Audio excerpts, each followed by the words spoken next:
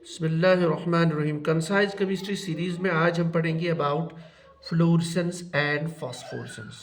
ठीक। Now I am not going to discuss the theory here, rather जहाँ से question आता है I will straight forward go to that portion to understand fluorescence and phosphorescence and to solve it questions in the competitive exam we must know Jablonski diagram. Simple. First of all Jablonski diagram की relation किसके साथ है? Electronic spectroscopy के साथ। ठीक है। तो जबलॉन्स्की diagram में दो अहम चीजें हैं, that is the singlet state and the triplet state. अब यहाँ देख सकते हो मैंने बनाया यहाँ पे S0, S1, S2 and then Sn। S stands for singlet and 10 stands for ground state singlet, and then this is first excited state singlet and so on. Now each singlet state is associated with, एक molecule में हर singlet state के साथ एक triplet state होता है। For example T1, this is first triplet state. ठीक है। And then so you can see S1 के साथ T1 है, S2 के साथ T2 एंड सो ऑन।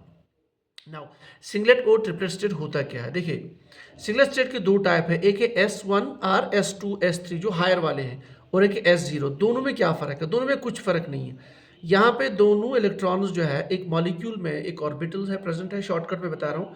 वहाँ पे दोनों इलेक्ट्रॉन्स है, they are paired with opposite spin. तो टोटल स्पिन 0 बनेगा, तो spin multiplicity is equal to S+1, so the value is 1। तो 1 मतलब singlet.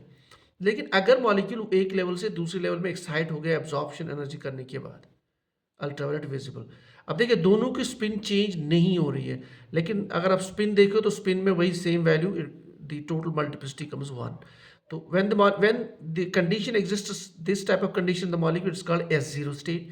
When this type of condition exists, that upon excitation of electrons they don't still flip the spin, it's called S1. तो triplet में क्या होता है? Triplet state में molecule, इसको आप ऐसे दिखा सकते हैं, ये एक स्टेट है और ये इसका एक्साइटेड स्टेट है। तो जब मॉलिक्यूल यहाँ से यहाँ चला गया then it will flip the spin. यहाँ पे दोनों होते हैं, ग्राउंड स्टेट में दोनों ऐसे होते हैं, लेकिन once it absorbs the energy then it flips the spin. अब दोनों का स्पिन आप देख सकते हो, it's parallel, so it becomes half plus half spin is equal to 1, so spin multiplicity is equal to 3, so it's called as a triplet state shortcut. अब to understand fluorescence and phosphorescence, let us say molecule पे हमने ultraviolet visible light डाल दी, तो molecules are present in the ground state and normally after absorption of one photon it shifts to S1. So this is called as the absorption of radiation, ultraviolet visible light. Now अब molecule जो S1 में है इसके पास दो options है, either the molecule will come back directly to ground state. So when it comes back from S1 to S0, ये है important हमारे लिए, when it comes from S1 to S0 it will emit light। ठीक है। now the light is emitted in the form of photons or radiations, इसको बोलते हैं radiative transition।